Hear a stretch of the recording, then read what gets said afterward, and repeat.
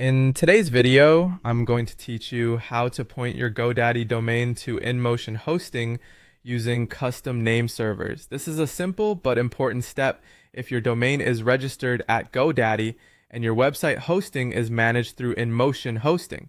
By updating the name servers, you're telling your domain where to look for your website and related services. Once this change is complete, your domain will begin connecting to your InMotion Hosting account instead of continuing to use its previous DNS settings. To get started, first obtain the name servers provided by InMotion Hosting. These usually look something like NS1 followed by the hosting company's domain, and then a second matching name server. Make sure you copy them exactly as they appear in your hosting account or welcome information.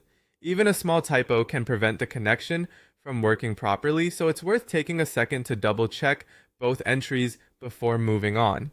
After you have those name servers ready, go to your GoDaddy account and open your domain portfolio.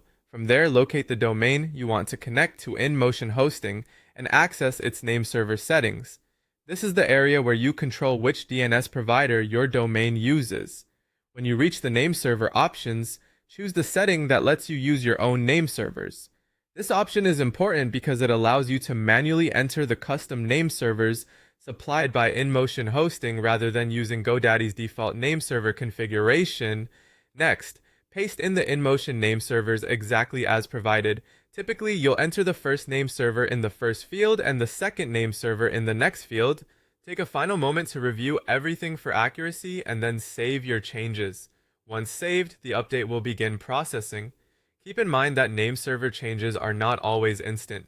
In many cases, DNS propagation can take anywhere from a few minutes to up to 24 or 48 hours to fully update across the internet.